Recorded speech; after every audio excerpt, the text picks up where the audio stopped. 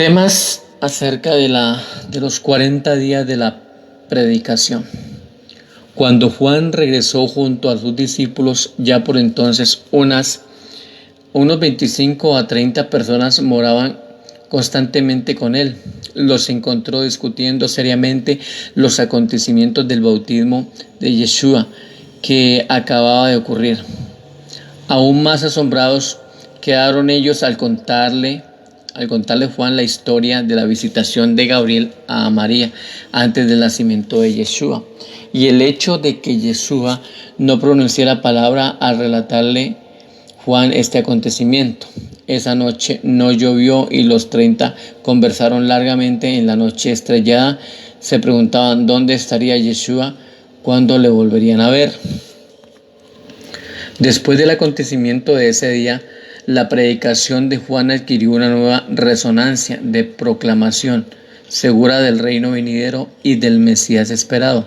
Fue un periodo de gran tensión, esos 40 días de espera, aguardando el regreso del Maestro. Pero Juan continuó predicando con más vigor y sus discípulos comenzaron aproximadamente por esta época a predicar a las desbordantes multitudes que se reunían en torno a Juan a orillas del Jordán. En el curso de estos 40 días de espera, muchos fueron los rumores que se esparcieron por la tierra, llegando incluso a Tiberias y a Jerusalén. Millares acudían para ver la nueva atracción en el campamento de Juan, el notorio Mesías, pero no estaba Yeshua allí para que le vieran. Al afirmar los discípulos de Juan que el extraño hombre de Dios se había marchado a las colinas, muchos dudaron de toda esa historia. Unas 3 semanas después de la partida de Yeshua, llegó a Pella una nueva delegación de los sacerdotes y fariseos de Jerusalén. Le preguntaron a Juan directamente si él era Elías o el profeta que Moisés había prometido. Y al contestar Juan, no soy yo, se atrevieron a preguntarle, ¿eres tú el Mesías? Y Juan respondió, no soy yo. Entonces estos hombres de Jerusalén le dijeron, si no eres Elías, ni el profeta, ni el Mesías, ¿por qué entonces bautizas a la gente creando tanto alboroto?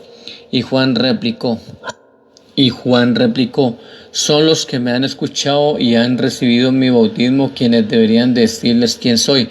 Pero yo digo que si bien yo bautizo con agua, estuvo entre nosotros aquel que volverá para bautizarlos en el Espíritu Santo. Estos 40 días fueron un periodo difícil para Juan y sus discípulos. ¿Cuál sería la relación de Juan con Yeshua? Se planteaban cientos de preguntas. La política, las preferencias egoístas comenzaron a asomarse en el ambiente. Proliferaban las discusiones intensas sobre las distintas ideas y conceptos del Mesías. ¿Se convertiría él en un líder militar y en un rey davídico? ¿Aniquilaría a los ejércitos romanos como lo había hecho Josué con los cananeos? ¿O establecería un reino espiritual? Juan pareció llegar a la conclusión compartida por una minoría de que Yeshua había venido para establecer el reino de los cielos, aunque no tenía completamente claro en su mente que habría de incluirse dentro de esa misión de establecimiento del reino de los cielos. Fueron días arduos para Juan y oraba para que Yeshua regresara. Algunos de los discípulos de Juan organizaron grupos de exploración para ir en busca de Yeshua, pero Juan lo prohibió diciendo, nuestro tiempo está en las manos del Dios de los cielos. Él es quien guiará a su Hijo predilecto. Fue en las primeras horas de la mañana del sábado 23 de febrero cuando la comitiva de Juan, reunida para compartir su comida matinal, vio al levantar la vista hacia el norte a Yeshua que venía hacia ellos. Al acercarse Yeshua, Juan se encaramó sobre una roca y levantando su voz sonora dijo, mirad al Hijo de Dios, el libertador del mundo. De este es quien he dicho, tras mí vendrá aquel que es el elegido antes que yo, porque fue antes que yo.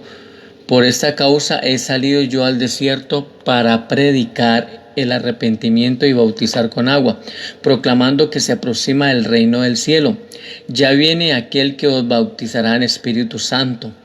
Yo he venido o he visto al Espíritu Divino descendiendo sobre este hombre y he oído la voz de Dios decir: este es mi Hijo amado en quien me complazco.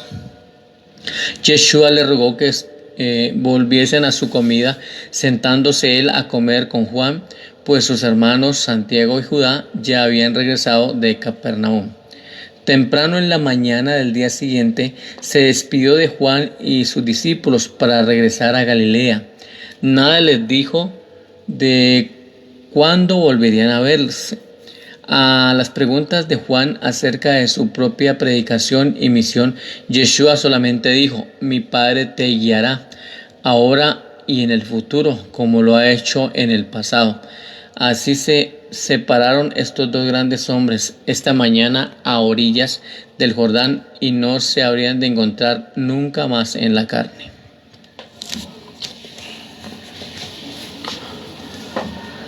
Punto número 10. Juan viaja al sur. Puesto que Yeshua se había dirigido al norte, a Galilea, Juan se sintió llamado a descansar sus pasos rumbo al sur. Por consiguiente, el domingo 3 de marzo por la mañana, Juan y los que quedaban entre los discípulos comenzaron su viaje hacia el sur. Aproximadamente un cuarto de los discípulos inmediatos de Juan hacia el sur aproximadamente habían partido. Permanecía Juan en tristeza y en confusión. Nunca más volvió a predicar como lo había hecho antes de bautizar a Yeshua. Vuelve y juega el pobre Juan.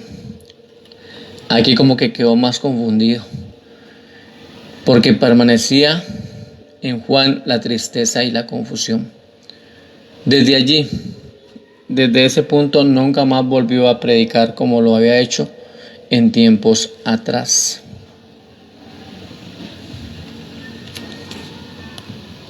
En cierto modo sentía que la responsabilidad del reino venidero ya no estaba sobre sus hombros. Percibía que su obra estaba casi terminada.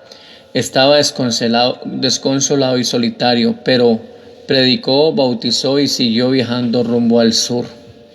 Junto a la aldea de Adán se detuvo Juan por varias semanas y allí fue que lanzó su memorable ataque contra Herodes Antipas por haber tomado ilegalmente a la mujer de otro.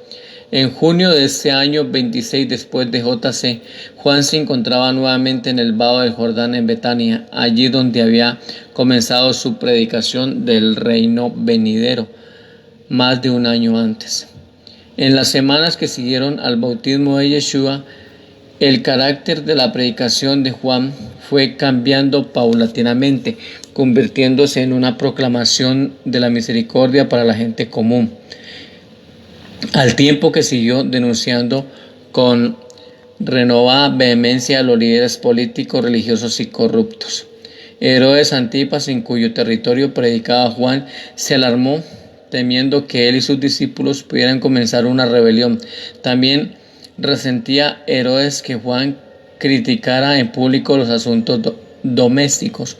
En vista de todo esto, decidió Herodes encarcelar a Juan. Así pues, muy temprano en la mañana del 12 de junio, antes de que se congregara la multitud para escuchar su predicación y presenciar los bautismos, los agentes de Herodes arrestaron a Juan. Como pasaban las semanas sin que fueran liberados, sus discípulos se esparcieron por toda Palestina, y muchos de ellos fueron a Galilea para unirse a los seguidores de Yeshua. En el punto número 11 miramos la situación de Juan en la cárcel. Juan tuvo una solitaria y un tanto amarga experiencia en la cárcel. Pocos entre sus discípulos pudieron obtener permiso para visitarlo. Anhelaba ver a Yeshua, pero hubo de contentarse con escuchar los relatos de su obra a través de aquellos entre sus discípulos que habían convertido o que se habían convertido en creyentes del Hijo del Hombre. Frecuentemente caía en la tentación de dudar de que Yeshua viniera a cumplir una misión divina. Si Yeshua era realmente el Mesías, ¿por qué no hacía nada por liberarle de esta insoportable encarcelación? Más de 1 año y medio languideció este robusto hombre de las tierras amplias de Dios en esa vil prisión. Esta experiencia fue una gran prueba de su fe en Yeshua y de su lealtad a Él. En verdad, esta experiencia fue una gran prueba de la fe de Juan aún en Dios. Muchas veces cayó en la tentación de dudar hasta de la autenticidad de su propia misión y experiencia. Ya en varios meses que permanecía encarcelado cuando le visitó un grupo de discípulos y después de relatarle las actividades públicas de Yeshua, así hablaron. Ya ves, maestro, aquel que estuvo contigo en el alto Jordán prospera y recibe a todos los que vienen a él. Hasta llega a festejar con publicanos y pecadores. Tú atestiguaste con valentía por él, pero él nada hace para conseguir tu liberación. Pero Juan respondió a sus amigos: este hombre nada puede hacer que no le haya sido dado de su Padre Celestial. Recordad bien lo que dice: yo no soy el Mesías. O recordad más bien lo que dije: yo no soy el Mesías, pero soy el enviado con la misión de preparar el camino para él. Y eso es lo que yo hice. El que tiene la novia es el novio, pero el amigo del novio que está junto a él le oye y se regocija grandemente por el sonido de su voz. Hasta donde tengo entendido, Juan el Bautista es uno de los 24 consejeros en este momento en el universo. Ya pues se ha cumplido mi regreso. Él debe aumentar, yo disminuir. Yo soy de esta tierra y he proclamado mi mensaje. Yeshua de Nazaret descendió a la tierra desde el cielo y está por sobre todos nosotros. El Hijo del Hombre ha descendido de Dios y os declarará las palabras de Dios. ¿Por qué el Padre Celestial no escatima el espíritu de su propio Hijo? El Padre ama a su Hijo y pronto todo lo pondrá en las manos de este Hijo. El que cree en el Hijo tendrá vida eterna, y estas palabras que ya hablo son verdades y perdurables. Asombrándose los discípulos del pronunciamiento de Juan, tanto que se retiraron en silencio. Juan también estaba muy agitado porque percibía que acababa de pronunciar una profecía. De allí en adelante no volvió a dudar de la misión y divinidad de Juan. Pero fue para Juan una amarga desilusión que Yeshua no le enviara mensaje alguno, que no le visitara y que nada hiciera, utilizando su gran poder para liberarle de la prisión. Pero Yeshua bien sabía todo esto. Grande era su amor por Juan, pero conociendo ya su naturaleza divina, sabiendo plenamente las grandes cosas que se preparaban para Juan cuando éste partiera de este mundo, y conociendo también que la obra de Juan en la tierra estaba terminada, se obligó a no interferir con la evolución natural de la carrera del predicador profeta. Ya el maestro sabía que a Juan le guardaba un gran galardón. Por eso no hizo nada para sacarlo de la cárcel, porque él sabía que era mejor que pasara al otro lado. Esta prolongada espera en la cárcel era humanamente insoportable. Pocos días antes de su muerte, Juan nuevamente envió mensajeros de confianza a Yeshua preguntándole: ¿está concluida mi obra? ¿Por qué languidezco en la cárcel? ¿Eres tú verdaderamente el Mesías o hemos de esperar a otro?